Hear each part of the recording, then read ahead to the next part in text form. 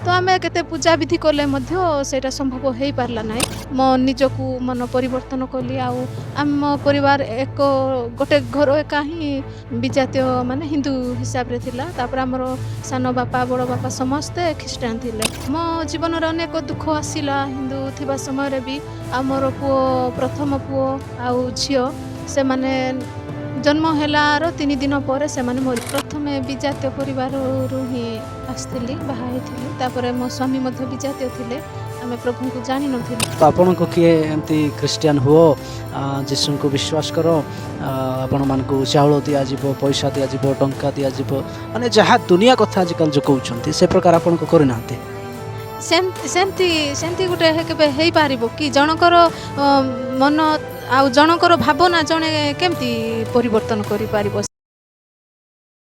समस्त को praise the Lord एवं नमस्कार आशा करुच्ची आपण माने भलरे थिबे एवं आज पुनर्बार एक दीदींकर साक्ष्य नेबा पाई प्रभु मते सुजोग दैछंती तेणु मु विशेष प्रभु को धन्यवाद दउची पुणी आपण मान को मते धन्यवाद दउची जे आमानकर एही साक्ष्य गुड़ाक देखुछंती अनेक आपण मान को सम्मुख रे मु साक्ष्य एवं नूतन नूतन शिक्षा गुड़ाक आनी थाए सही परी आपण माने भलो पाइबा मन को दउछंती तेणु प्रभु विशेष आपण मान को आशीर्वाद करंतु।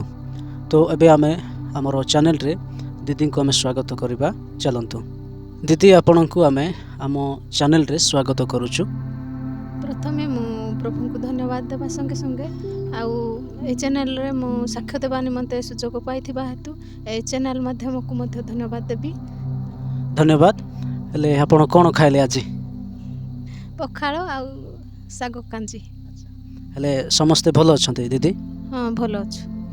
हेले आपणकर विवाह अछि दीदी? हां। केतेटा छुआ कोन आपण कहि परिबे? मोर 4टा छुआ पुओ गोटे झियो 3टा। आपणकर नाम कहि परिबे दीदी? मो ना होची सुभांग मल्लिक आ ब्लॉक होची कनवांग जिला कंधमाल कंधमाल ओडिसा। ओके हेले दीदी आपण को हमर दर्शक मानक निकट रे एहा पहुंचिया पय चाहूची जे आपण जेतेबेले आमे भाबिबा 10-15 वर्ष पूर्व रे आपण एक प्रभु को जानि नथिले माने जीशु को जानि नथिले हेले केमिति भाबरे आपण जीशु को जानिले ए विषय टिके आपण हमर श्रोता बंधु मानक दर्शक मानक प्रभुंकर प्रिय लोक मानक टिके कहंतो।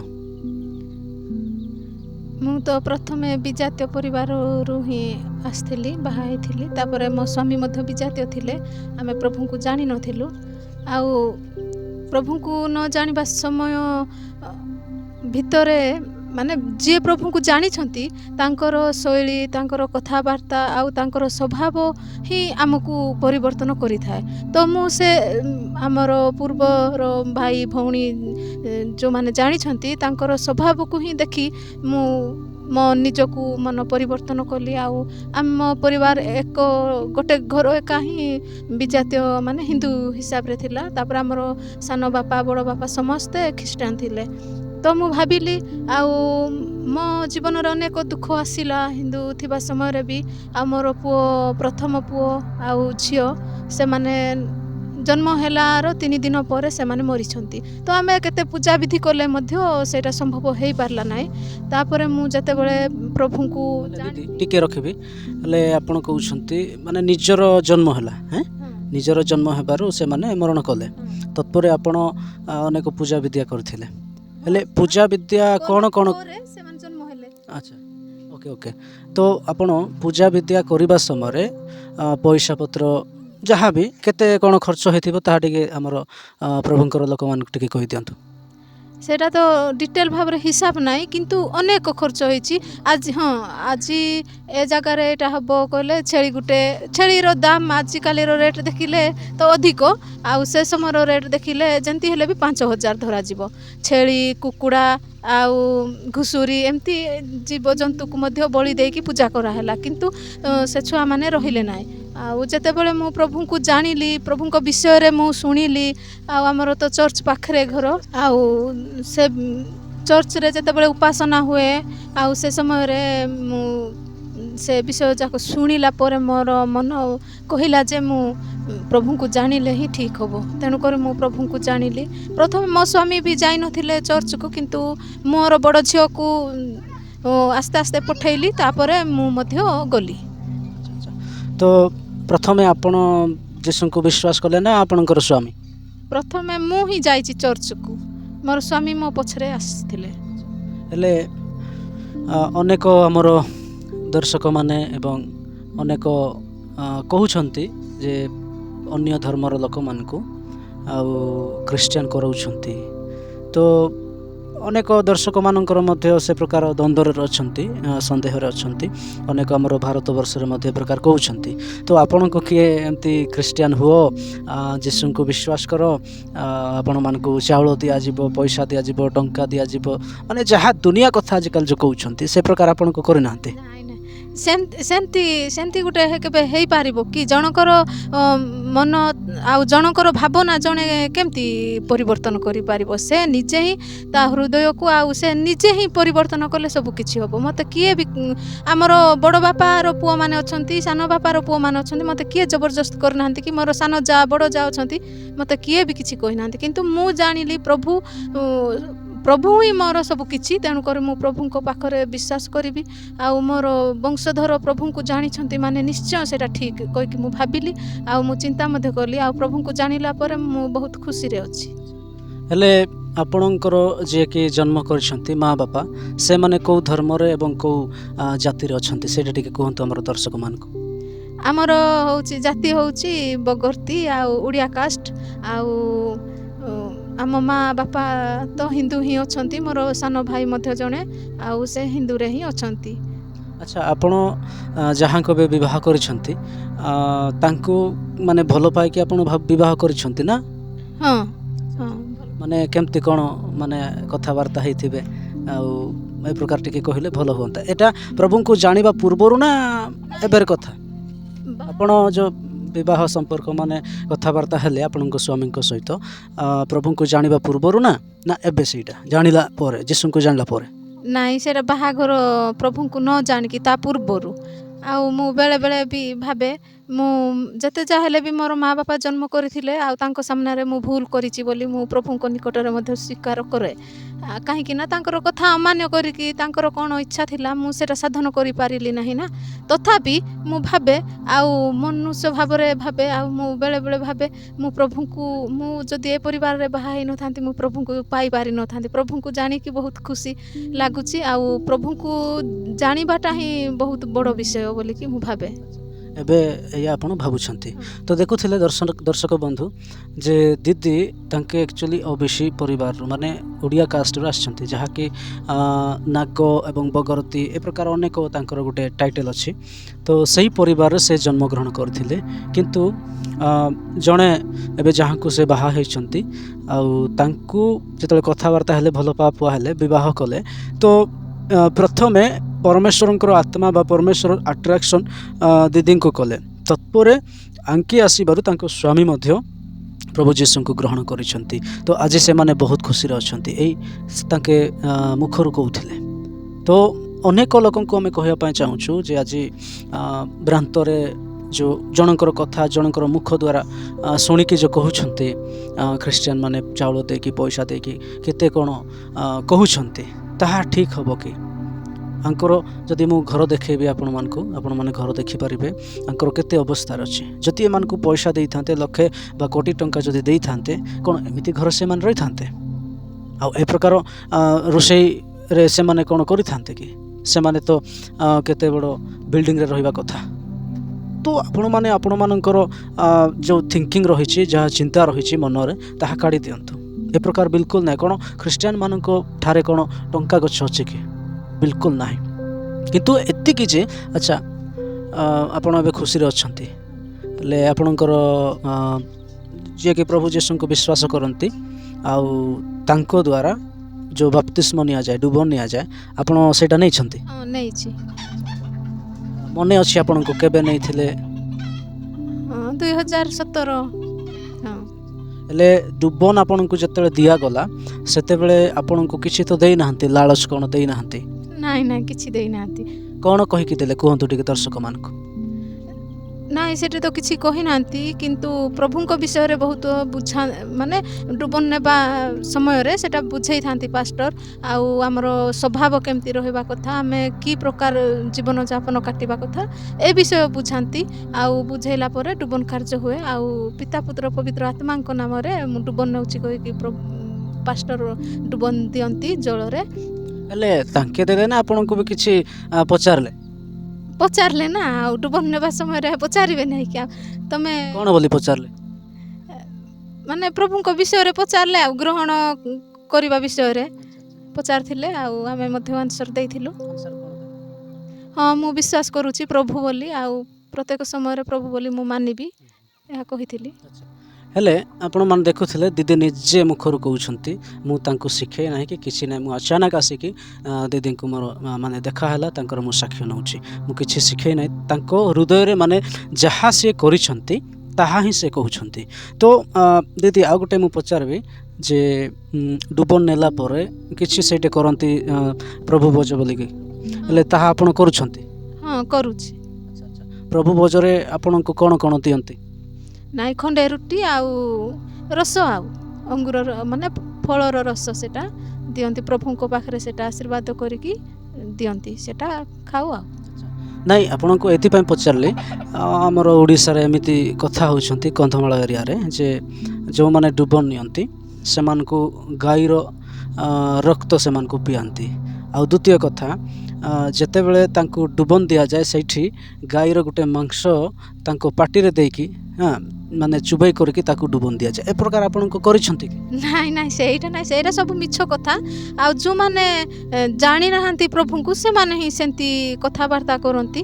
ଆଉ ଯେଉଁମାନେ ଜାଣିଛନ୍ତି ସେମାନେ ତ ଏମିତି କଥାବାର୍ତ୍ତା କରିବେ ନାହିଁ। ସେଇଟା ସବୁ କିଛି ମିଛ କଥା, ସେମିତି କେବେ ସମ୍ଭବ ନାହିଁ ସେଇଟା। ଧନ୍ୟବାଦ। ଆପଣ ଉତ୍ତମ ଭାବରେ ଆପଣଙ୍କର ସାକ୍ଷ୍ୟ ବା ଆପଣଙ୍କର ଜୀବନର ଏକ ସତ୍ୟତା ଦର୍ଶକମାନଙ୍କ ନିକଟରେ ପହଞ୍ଚାଇଥିବାରୁ ପ୍ରଭୁ ଆଶୀର୍ବାଦ କରନ୍ତୁ। ଶେଷ କଥା ଆପଣଙ୍କୁ ପଚାରିବି, ଶେଷ କଥା ଏହା, ଆପଣ ପ୍ରଭୁ ଯୀଶୁଙ୍କୁ ଜାଣିବା ପୂର୍ବରୁ ଆଉ ଆପଣଙ୍କର ଜୀବନ ଏବଂ ଆପଣ କାହାକୁ ବିଶ୍ୱାସ କରୁଥିଲେ ଏ ବିଷୟରେ ଟିକେ ଦର୍ଶକମାନଙ୍କୁ କହିବେ? ମୁଁ ବାହା ନ ହେବା ପୂର୍ବରୁ ତ ମୁଁ ବାଲିଗୁଡ଼ା ରହୁଥିଲି ଆମ ମାଆଙ୍କର ବଡ଼ ଭଉଣୀ ପାଖରେ। ଆଉ ସେତେବେଳେ ବଡ଼ ମା ସେ ଗାୟତ୍ରୀ ମନ୍ଦିରରେ ପୂଜା କରୁଥିଲେ। ଆଉ ତାଙ୍କ ସହିତ ମଧ୍ୟ ପୂଜା ବିଧି ଇତ୍ୟାଦି କରୁଥିଲି। ମୁଁ ମଧ୍ୟ ତାଙ୍କ ସହିତ ରହୁଥିଲି ମାନେ କରୁଥିଲି। ତ ସେଇଠୁ ଆସିଲା ପରେ ମୁଁ ଆଉ କୌଣସି ପୂଜା ବିଧି ବି ଆମ ଘରେ ହିନ୍ଦୁ ଥିଲେ ମଧ୍ୟ କରୁନଥିଲୁ, କିନ୍ତୁ ସେ ନିୟମରେ ଥିଲୁ। ତ ପ୍ରଭୁଙ୍କୁ ଜାଣିଲୁ। ଆଉ ତାପରେ ଆଚ୍ଛା, ଅନେକ ଆମର ଓଡ଼ିଆ କାଷ୍ଟରେ ବା ଗୌଡ଼ ଜାତିରେ ଅନେକ ଯେଉଁ କୁଇରେ କୁହନ୍ତି ସେଇଟା ଡୁଡ଼ାଙ୍ଗ ଏନ୍ଦା ନା କ'ଣ ଏମିତି କହୁଛନ୍ତି, ତ ସେଇ ଜାଗାରେ ଆପଣ ଯାଇଥିଲେ? ନାଇଁ, ସେଇଟା ମୁଁ କେବେ ଆଟେଣ୍ଡ କରିନାହିଁ। ତ ଉତ୍ତମ ବିଷୟ ଆପଣ ଯାହା କରୁଥିଲେ, ହେଲେ ସେଇଟା ଆପଣଙ୍କୁ ଭଲ ଲାଗିଲା ନାହିଁ? ଯିଏକି ଆପଣଙ୍କର ପଥ ଦେଖାଉଥିଲେ ସେ ମା ଜଣେ, ସେଇଟା ଆପଣଙ୍କୁ କେମିତି ଲାଗୁଥିଲା ସେଇଟା ଟିକେ କୁହନ୍ତୁ? ନାଇଁ, ଯେତେବେଳେ ପୂଜାବିଧି କରୁଥିଲୁ ଆମେ କଦଳୀ ନଡ଼ିଆ ଯେତିକି ସାମଗ୍ରୀ ଆବଶ୍ୟକ ସେଇଟା ଆମେ ପୂଜା କରୁଥିଲୁ। କିନ୍ତୁ ଯେତେବେଳେ ଦିଆ ହୁଏ ମୂର୍ତ୍ତି ତ ଖାଏ ନାହିଁ। ଆଉ ମୁଁ ସେ ସମୟରେ ହିଁ ମୁଁ ଭାବିଥାଏ ବେଳେବେଳେ, ଆଉ ଆଙ୍କେ ତ ଭଗବାନ ସବୁ ତ କରନ୍ତି, ହେଲେ ଏଇଟା ପୂଜା କରିକି ଦେବାଟା ଖାଦ୍ୟ କାହିଁକି ଖାଉନାହାନ୍ତି, ମୁଁ ଏଇଟା ଭାବିକି ରହିଥାଏ। କିନ୍ତୁ କାହାକୁ ପଚାରି ନଥିଲି। ଆଉ ମୁଁ ଯେତେବେଳେ ସତ୍ୟ ବିଷୟ ଜାଣିଲି, ପ୍ରଭୁଙ୍କ ବିଷୟ ଜାଣିଲା ପରେ ସେଇଟା ହେଉଛି ମୂର୍ତ୍ତି, ଆଉ ମୁଁ ନ ଜାଣିକି ସେଇଟାକୁ ପୂଜା କରୁଥିଲି ବୋଲି ମୁଁ ଭାବିଲି। ଆଉ ସେ ମୂର୍ତ୍ତି କେବେ ବି ଗୋଟେ ଜିନିଷ ଖାଇପାରେ ନାହିଁ। ହଁ, ମନୁଷ୍ୟଙ୍କ ହାତରେ ସେଇଟା ତିଆରି ଜିନିଷକୁ ଆମେ ପୂଜା କରିଥାଉ। ଆଉ ସେମିତି ବିଶ୍ୱାସ କରିଥାଉ ସେଇଟାକୁ, କିନ୍ତୁ ସେ ମୂର୍ତ୍ତିଟା ଖାଏ ନାହିଁ ଏତେ। ଆଚ୍ଛା, ତ ଆପଣଙ୍କୁ ଏ ପ୍ରକାର ମାନେ ଭାବୁଥିଲେ କିନ୍ତୁ କାହାକୁ କିଛି କହିପାରୁନଥିଲେ। ତ ଏହା ଶୁଣିବା ଦ୍ୱାରା ଦର୍ଶକମାନେ ଆପଣଙ୍କୁ ମତେ ଏହା ଲାଗୁଅଛି ଯେ ସେଠୁ ହିଁ ପ୍ରଭୁ ତାଙ୍କୁ ଆଟ୍ରାକ୍ଟ କରୁଥିଲେ, ପ୍ରଭୁ ଯୀଶୁ ଖ୍ରୀଷ୍ଟ ତାଙ୍କ ଜୀବନରେ କାର୍ଯ୍ୟ କରୁଥିଲେ। ତେଣୁ ତାଙ୍କୁ ଅନେକ ତାଙ୍କ ମନରେ କ'ଣ ଥିଲା, ପ୍ରଶ୍ନ ଗୁଡ଼ାକ ଥିଲା। ତ ଆପଣମାନେ ଶୁଣୁଥିଲେ ଦିଦିଙ୍କର ସାକ୍ଷ୍ୟ, ସେ ବିଜାତୀୟ ପରିବାରରୁ ପ୍ରଭୁ ଯୀଶୁଙ୍କୁ ଗ୍ରହଣ କରିଛନ୍ତି, ତାଙ୍କର ଅନୁଗମନ କରୁଛନ୍ତି। ଏବେ ତାଙ୍କେ ବହୁତ ଖୁସିରେ ଅଛନ୍ତି। ଆଉ କୌଣସି ତାଙ୍କ ଜୀବନରେ ଅଶାନ୍ତି ଭଳିଆ କିଛି ନାହିଁ ବୋଲି ତାଙ୍କେ ନିଜ ମୁଖରୁ କହିଛନ୍ତି। ତ ଆଉ କିଛି କହିବେ ଆପଣ ଦର୍ଶକମାନଙ୍କୁ? ପରିବାର ଗୋଟେ ହେଇଛି ମାନେ ବେଳେବେଳେ ହେବ ଭୁଲ ବୁଝାମଣାରେ, କିନ୍ତୁ ସେମିତି ସବୁଦିନ ରଖିବା ବିଷୟ ଭଳି ଆମ ପରିବାରରେ ଘଟି ନାହିଁ। ତ ଏମିତି ଅଳ୍ପ ଅଳ୍ପ କିଛି ହୁଏ ସ୍ୱାମୀ ସ୍ତ୍ରୀ ବିଷୟରେ ଭିତରେ ଆମେ ସମାଧାନ କରିକି ରହିଥାଉ। ଆଉ ମୁଁ ପ୍ରଭୁଙ୍କୁ ଜାଣିକି ବହୁତ ଖୁସି ଅଛି। ଆଚ୍ଛା, ଆପଣଙ୍କ ଭଳିଆ ଆଜି ଅନେକ ବିଜାତୀୟ ଭାଇମାନେ ଆମର ଚ୍ୟାନେଲ୍ ଦେଖୁଛନ୍ତି, ଭଉଣୀମାନେ ବିଜାତୀୟ ପରିବାରରୁ ଦେଖୁଛନ୍ତି, ସେମାନଙ୍କୁ ଆପଣ କ'ଣ କହିବା ପାଇଁ ଚାହୁଁଛନ୍ତି? କାହିଁକିନା ଆପଣ ବିଜାତୀୟ ପରିବାରରୁ ଆସିଛନ୍ତି, ତେଣୁ କିଛି ଆପଣ କୁହନ୍ତୁ। ମୁଁ ନିହାତି କହିବାକୁ ଚାହିଁବି ଯେ ସତ୍ୟ ବିଷୟ କେଉଁଠାରେ ଅଛି, ଆଉ ସତ୍ୟ ବିଷୟ କ'ଣ ସେଇଟା ନିଜେ ହିଁ ଚେଷ୍ଟା କରିକି ଜାଣିଲେ ହିଁ ଭଲ। ଆଉ ମୁଁ କହିଲି ସେମାନେ ଗ୍ରହଣ କଲେ ଏ ବିଷୟ ତ ହୁଏ ନାହିଁ, କିନ୍ତୁ ନିଜେ ଚାହିଁବା ଦରକାର ସତ୍ୟ କେଉଁଟା, କ'ଣ ସତ୍ୟ। ସେ ରାମାୟଣ ନା ବାଇବଲ ନା ଭାଗବତ ନା ବାଇବଲ, ତାଙ୍କେ ସେ ବିଷୟକୁ ଏ ବିଷୟକୁ ଟାଲି କରିକି ଦେଖିଲେ ଆପେ ଜାଣିବେ। ନିଜର ହୃଦୟ ସେମାନେ ଯଦି ଧ୍ୟାନର ସହିତ ଦେଖିବେ ତ ନିଜେ ହିଁ ଜାଣିବେ କେଉଁଟା ଠିକ୍ କେଉଁଟା ଭୁଲ। ଆଉ ମୁଁ ଏତିକି କହିବା ପାଇଁ ଚାହେଁ, ଆଉ ରାମାୟଣରେ ଯେତେବେଳେ ଦଶରଥ ସେ ଯଦି ରାମ ଯଦି ଭଗବାନ, ତାଙ୍କ ବାପା ବି ଭଗବାନ ହେଇଥିବେ। ଯଦି ଭଗବାନ ଜଣେ ଭୁଲ କରୁଛି ତାହେଲେ କେମିତି ଭୁଲ କରିପାରିବ ଭଗବାନ? କାହିଁ ଯୀଶୁଖ୍ରୀଷ୍ଟଙ୍କର କୋଉଠି ତ ଭୁଲ ହେବାର ମୁଁ ଦେଖି ନାହିଁ ଆଜି ପର୍ଯ୍ୟନ୍ତ, ବାଇବଲରେ କୋଉଠି ଲେଖା ବି ହେଇନାହିଁ। କାହିଁକି ନା ଯେତେବେଳେ ଯୀଶୁଖ୍ରୀଷ୍ଟ ବାକ୍ୟ ପ୍ରଚାର କରୁଥିଲେ ସେ ସମୟରେ ତାଙ୍କୁ ଭୁଲ କରିବା ପାଇଁ ବାଧ୍ୟ କଲେ ମଧ୍ୟ ଯୀଶୁଖ୍ରୀଷ୍ଟ ଭୁଲ କରିନାହାନ୍ତି। କାହିଁକି ନା ଅନେକ ଦୋଷ ଧରୁଥିଲେ କିନ୍ତୁ ତାଙ୍କର ଭୁଲ ଦେଖାଯାଇନଥିଲା ଶେଷ ସମୟ ପର୍ଯ୍ୟନ୍ତ। ଆଉ ଯେତେବେଳେ ତାଙ୍କେ ଆମ ପାପ ପାଇଁ ବୋଲି ଆଉ ଆମର ଦୋଷ ପାଇଁ ବୋଲି ସେ କ୍ରୁଶାର୍ପିତ ହେଲେ, ସେ ସମୟରେ ମଧ୍ୟ ଶେଷ ସମୟରେ ମଧ୍ୟ ସେ କହିଲେ ଯେ ଆଉ ଏମାନେ କ'ଣ କରୁଛନ୍ତି ନିଜେ ଜାଣନ୍ତି ନାହିଁ, ପ୍ରଭୁ ଏମାନଙ୍କୁ କ୍ଷମା କରିଦିଅନ୍ତୁ ବୋଲି ସେ ନିଜେ ପ୍ରାର୍ଥନା କରିକି କହିଲେ। ଆଉ ଆଜି ପର୍ଯ୍ୟନ୍ତ ତାଙ୍କର ସମାଧିରେ ଆଉ କୌଣସି ବ୍ୟକ୍ତିଙ୍କୁ ସମାଧି କରାଯାଇ ନାହିଁ, ତାଙ୍କର ସମାଧି ଉନ୍ମୁକ୍ତ ହେଇକି ଅଛି। ଆଉ ସେ ଯେମିତି ବାକ୍ୟରେ ମାନେ କହିଥିଲେ ମଲା ପରେ ମୁଁ 3 ଦିନ ପରେ ଉଠିବି, ଠିକ୍ ସେମିତି 3 ଦିନ ପରେ ସେମାନେ ପୁନରୁତ୍ଥିତ ହେଇଛନ୍ତି। ଆଉ ଭଗବାନ ଆଜି ପର୍ଯ୍ୟନ୍ତ ପୁନରୁତ୍ଥିତ ହେବାର ମୁଁ ଶୁଣି ନାହିଁ, କି ରାମାୟଣରେ ବି ନାହିଁ, କି ଭାଗବତରେ ବି ନାହିଁ, କି କୋଉଠି ବି ମୁଁ ପଢ଼ି ନାହିଁ। ତ ତେଣୁକରି ମୁଁ ସେଇଟା ଟାଲି କରି ଆସିକି ମୁଁ ଏ ବିଷୟ ସତ୍ୟ ବୋଲିକି ମୁଁ ଭାବିଛି। ଆଉ ତାଙ୍କର ବଂଶ ମାନେ ଯୀଶୁଖ୍ରୀଷ୍ଟଙ୍କର ବଂଶ ବୋଲି କିଛି ନାହିଁ, ତାଙ୍କର ମା ବାପା କିଏ କିଛି ନାହିଁ ତାଙ୍କର, ମାନେ ସେ ଜଗତ ହିସାବରେ ତାଙ୍କର ଅଛି, କିନ୍ତୁ ଆତ୍ମିକ ବିଷୟରେ ଦେଖିଲେ ତାଙ୍କର ବଂଶାବଳୀ କିଛି ନାହିଁ। କିନ୍ତୁ ରାମାୟଣ ଭାଗବତରେ ତାଙ୍କର ବାପା ସିଏ, ତାଙ୍କର ମା ସିଏ ଡାଇରେକ୍ଟ ଲେଖା ହେଇଛି। ଆଉ ତାଙ୍କ ମାନେ ମଣିଷର ଔରସରୁ ସେ ଜନ୍ମ ହେଇନାହାନ୍ତି ଯୀଶୁଖ୍ରୀଷ୍ଟ, ତାଙ୍କର ପବିତ୍ର ଆତ୍ମାଙ୍କ ଦ୍ୱାରା ଚାଳନାରେ ସେ ଯୀଶୁଖ୍ରୀଷ୍ଟ ଏ ଜଗତକୁ ଆସିଥିଲେ। ଆଉ ଜଗତକୁ ଆସିବା ପୂର୍ବରୁ ହିଁ ସେ ଥିଲେ। ତେଣୁକରି ମୁଁ ବାକ୍ୟ ପଢ଼ିଲେ ବିଶ୍ୱାସ କରେ, ଆଉ ମୁଁ ସତ୍ୟ ଈଶ୍ୱରଙ୍କୁ ପାଇଲି। ଆଉ ମୋ ପରି ମନ ପରିବର୍ତ୍ତନ କରନ୍ତୁ, ଆଉ ନିଜେ ଚେଷ୍ଟା କରନ୍ତୁ ସତ୍ୟ ବିଷୟ କ'ଣ ଅଛି ଖୋଜନ୍ତୁ, ଆଉ ଜାଣନ୍ତୁ, ଆଉ ମନ ପରିବର୍ତ୍ତନ କରିକି ପ୍ରଭୁଙ୍କୁ ମଧ୍ୟ ଜାଣିଲେ ବହୁତ ଭଲ ହେବ। ସୁନ୍ଦର କଥା କହିଲେ, ବହୁତ ବଢ଼ିଆ। ଦର୍ଶକମାନେ ଆପଣମାନେ ଶୁଣୁଥିଲେ ଯେ ତାଙ୍କ ଜୀବନରେ ଏତେ ସେ ଟ୍ରାଲି କରୁଥିଲେ, ଆଉ ଯାହା ଉତ୍ତମ ମାନେ ସତ୍ୟ ସେ ଖୋଜୁଥିଲେ, ସତ୍ୟ ଈଶ୍ୱରଙ୍କୁ ଯିଏକି ଆମମାନଙ୍କୁ ସୃଷ୍ଟି କରିଛନ୍ତି, ଯିଏକି ଉଦ୍ଧାର ଦେଇପାରିବେ। ତ ଆମେ ଶୁଣୁଥିଲୁ, ମୁଁ ଅଧିକ କିଛି କହିବି ନାହିଁ, ଶେଷ କଥା ଆମେ ପଚାରିକି ଆମେ ସମାପ୍ତ କରିବା। ଦିଦି, ଆପଣ ଯେତେବେଳେ ପ୍ରଭୁ ଯୀଶୁଙ୍କୁ ଗ୍ରହଣ କଲେ, କିଏ ଆପଣଙ୍କୁ ତାଡ଼ନା ନିନ୍ଦା ଅପମାନ କରିଛନ୍ତି? ଏମିତି ଆମ ଗାଁରେ ତ ନାହିଁ, କିନ୍ତୁ ମାନେ OBC କାଷ୍ଟରେ ମାନେ ମୋର ସମ୍ପର୍କୀୟ ଦାଦି ଖୁଡ଼ି କି ବାପା ମା ଏମିତି କିଏ ବି ଟିକେ ତାଙ୍କୁ ମାନେ ଅଲଗା କାଷ୍ଟ ବାହା ହେଲି, ତାପରେ ହିନ୍ଦୁରୁ ଆଉ ଖ୍ରୀଷ୍ଟିଆନ ହେଲି, ତ ତାଙ୍କୁ ଭଲ ଲାଗି ନ ଥାଇପାରେ। ମୁଁ ସେଇଟା ଦୋଷ ଧରୁନାହିଁ, କାରଣ ସେମାନେ ଯେଉଁ ଜାଗାରେ ଅଛନ୍ତି ସେଇଟା ତାଙ୍କ ପାଇଁ ଠିକ୍, ଆଉ ମୁଁ ମୋ ଜାଗା ପାଇଁ ମୋତେ ଠିକ୍। ତ ମୋତେ କହିଲେ କେତେଜଣ ଭାଉଜ ଆଙ୍କେ ବି କହିଲେ, ଆଉ ଝିଅ ଆଉ ତମେ ତ ଗଲ ଅଜାତି ପୁଅକୁ ଗଲ, ହେଲେ ତମେ ଖ୍ରୀଷ୍ଟିଆନ ହେବାଟା ଏଇଟା ଠିକ୍ ନାହିଁ, ଏମିତି ଖ୍ରୀଷ୍ଟିଆନ ହେଇକି ଚର୍ଚ୍ଚକୁ ଯିବାଟା ଠିକ୍ ନାହିଁ, ଏମିତି ପଚାରିଲେ। କିନ୍ତୁ ମୁଁ ତାଙ୍କୁ କହିଲି ମୋର ବଂଶ ଯେଉଁ ଜାଗାରେ ଅଛି ଭାଉଜ, ମୁଁ ସେ ଜାଗାକୁ ନ ଯାଇକି ଆଉ କ'ଣ ମୋ ହିସାବରେ ଚାଲିବି କି? ମୋ ବଂଶ ମୁଁ ବାହା ହେଲି ମାନେ ଆଜି ତମ ଘରଠୁ ଅଲଗା ହେଲି, ତେଣୁକରି ମୁଁ ମୋର ଲାଇଫ୍ ମୋର କାର୍ଯ୍ୟକଳାପ ବି ଅଲଗା, ତେଣୁକରି ମୁଁ ମୋ ହିସାବରେ ହିଁ ରହିବା ପାଇଁ ଚାହେଁ, ଆଉ ମୁଁ ସେ ପଛକୁ ଆଉ ଫେରିବା ପାଇଁ ଚାହେଁ ନାହିଁ ବୋଲି ମୁଁ କହିଥିଲି। ହଁ ଭାଉଜ। ଆଉ ଆପଣ ମାନେ ଏତିକି ଆପଣଙ୍କୁ ଅପମାନ କରିଛନ୍ତି ଖାଲି ପଚାରିଲେ ଆଉ କିନ୍ତୁ ଆଉ ଅନ୍ୟ ନାହିଁ। ଆଚ୍ଛା ସୁନ୍ଦର କଥା। ଶେଷ କଥା ଆହୁରି ମନେ ପଡ଼ିଲା ହେଲେ ଏବେ ଯଦି ଆପଣଙ୍କୁ ଯୀଶୁଙ୍କୁ ଗ୍ରହଣ କଲେ ଯଦି ତାଡ଼ନା ଆସିବ ନିନ୍ଦା ଆସିବ ଅପମାନ କରିବେ ତୁମକୁ ମାରିବୁ ତୁମକୁ ଇଏ ଦେବୁ ନାହିଁ ସିଏ ଦେବୁ ନା ଅନେକ କଥା ଆଜିକାଲି କହୁଛନ୍ତି ଅନେକ ପରିବାର ପ୍ରଭୁ ଯୀଶୁଙ୍କୁ ଜାଣିଲା ପରେ ତ ସେହିପରି ଯଦି ଆପଣମାନଙ୍କ ଜୀବନରେ ଯଦି ଆସିବ କେମିତି କରିବେ ଆପଣ ଯୀଶୁଙ୍କୁ ଛାଡ଼ିବେ? ନାହିଁ ଯୀଶୁଙ୍କୁ ତ ଆଉ ଛାଡ଼ିବିନି ମୁଁ। ଆଉ ପ୍ରଭୁଙ୍କ ପାଇଁ ମୁଁ ତାଡ଼ନା ପାଇଲେ ଭାଗ୍ୟରେ ବି ଅଛି ନା। ପ୍ରଭୁଙ୍କ ପାଇଁ ଯିଏ ତାଡ଼ନା ପାଇବ ସେ ଧନ୍ୟ। ଆଉ ମୁଁ ପ୍ରଭୁଙ୍କ ପାଇଁ ସବୁ କିଛି ସହିବା ପାଇଁ ରାଜି ଅଛି। ଆଉ ମୁଁ ତ ଜାଣିଛି ପ୍ରଭୁ ଯିଏ ଖ୍ରୀଷ୍ଟିଆନ ହୁଏ ସେ ତାଡ଼ନା ପାଇବ ଆଉ ଦୁଃଖ ଆସିବ ତା ଜୀବନରେ, କିନ୍ତୁ ମୁଁ କାହିଁକି ବିଚଳିତ ହେବି? ମୋ ସହିତ ମୋ ପ୍ରଭୁ ଅଛନ୍ତି, ସେ ମୋତେ ସବୁ କିଛି ଯୋଗାଇ ଦେଉଛନ୍ତି। ଆଉ ମୁଁ ବିଚଳିତ ହୋଇକି କାହିଁକି ଏପଟରୁ ସେପଟକୁ ହେବି? ଆଚ୍ଛା ଆପଣ ଏବେ ଯେଉଁ ଆମର ସୋଶାଲ ମିଡ଼ିଆରେ ତାଡ଼ନା କରୁଛନ୍ତି ଅପମାନ କରୁଛନ୍ତି ଆମର ତପି ମିଶ୍ର ଆଜ୍ଞା ଏବଂ ଆମର ପ୍ରକାଶ ନାୟକ ଯିଏକି ନାଲି ଗାମଛା ବୋଲିକି ଫେମସ୍ ହେଇଛନ୍ତି, ଅଶୋକ ଭାଇ ଜଣେ ଏ ପ୍ରକାର ମହିଳାମାନେ ବି ଅଛନ୍ତି, ହେଲେ ସେମାନେ ଯେଉଁ କହୁଛନ୍ତି ସେମାନଙ୍କୁ ଆପଣ କ'ଣ ଉତ୍ତର ଦେବା ପାଇଁ ଚାହୁଁଛନ୍ତି?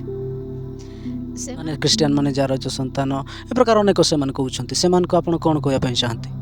ସେମାନଙ୍କୁ ସେ ଆଜ୍ଞାମାନଙ୍କୁ ସେମାନେ ତ ମୋଠୁ ବୟସରେ ବି ବଡ଼ ହେଇଥାଇପାରନ୍ତି, କିନ୍ତୁ ମୁଁ ଏହା କହିବା ପାଇଁ ଚାହେଁ ଯେ ସେମାନେ କ'ଣ କହୁଛନ୍ତି ସେ ଜାଣିନାହାନ୍ତି। ଆଉ ପ୍ରଭୁ ତାଙ୍କୁ କ୍ଷମା କରନ୍ତୁ।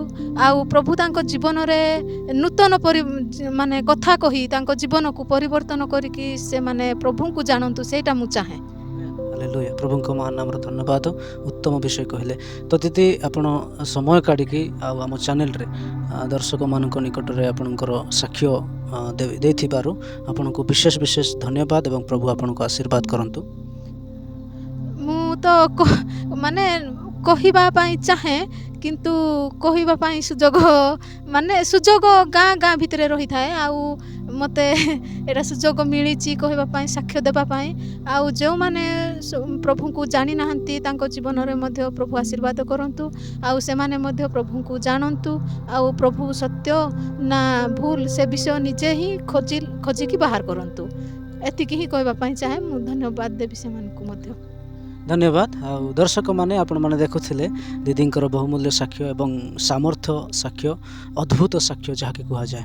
ତ ଆଶା କରୁଛି ଆପଣମାନେ ବୁଝିପାରୁଥିବେ। ବିଶେଷ ଅନୁରୋଧ କରୁଛି ଏହି ସାକ୍ଷ୍ୟ ଆପଣମାନେ ଅଧିକ ମାତ୍ରାରେ ସେୟାର କରିବେ, ଆମ ଚ୍ୟାନେଲକୁ ସବସ୍କ୍ରାଇବ୍ କରିବେ, ଲାଇକ୍ କରିବେ, କମେଣ୍ଟ ମାଧ୍ୟମରେ ଜଣାଇବେ ଦିଦିଙ୍କର ସାକ୍ଷ୍ୟ ଆପଣମାନଙ୍କୁ କେମିତି ଲାଗିଲା। ତ ଏତିକିରେ ରଖୁଛି। ସମସ୍ତଙ୍କୁ ପୁଣି ଥରେ ପ୍ରେଜ୍ ଦ ଲର୍ଡ ଏବଂ ଦିଦିଙ୍କୁ ମଧ୍ୟ ପ୍ରେଜ୍ ଦ ଲର୍ଡ।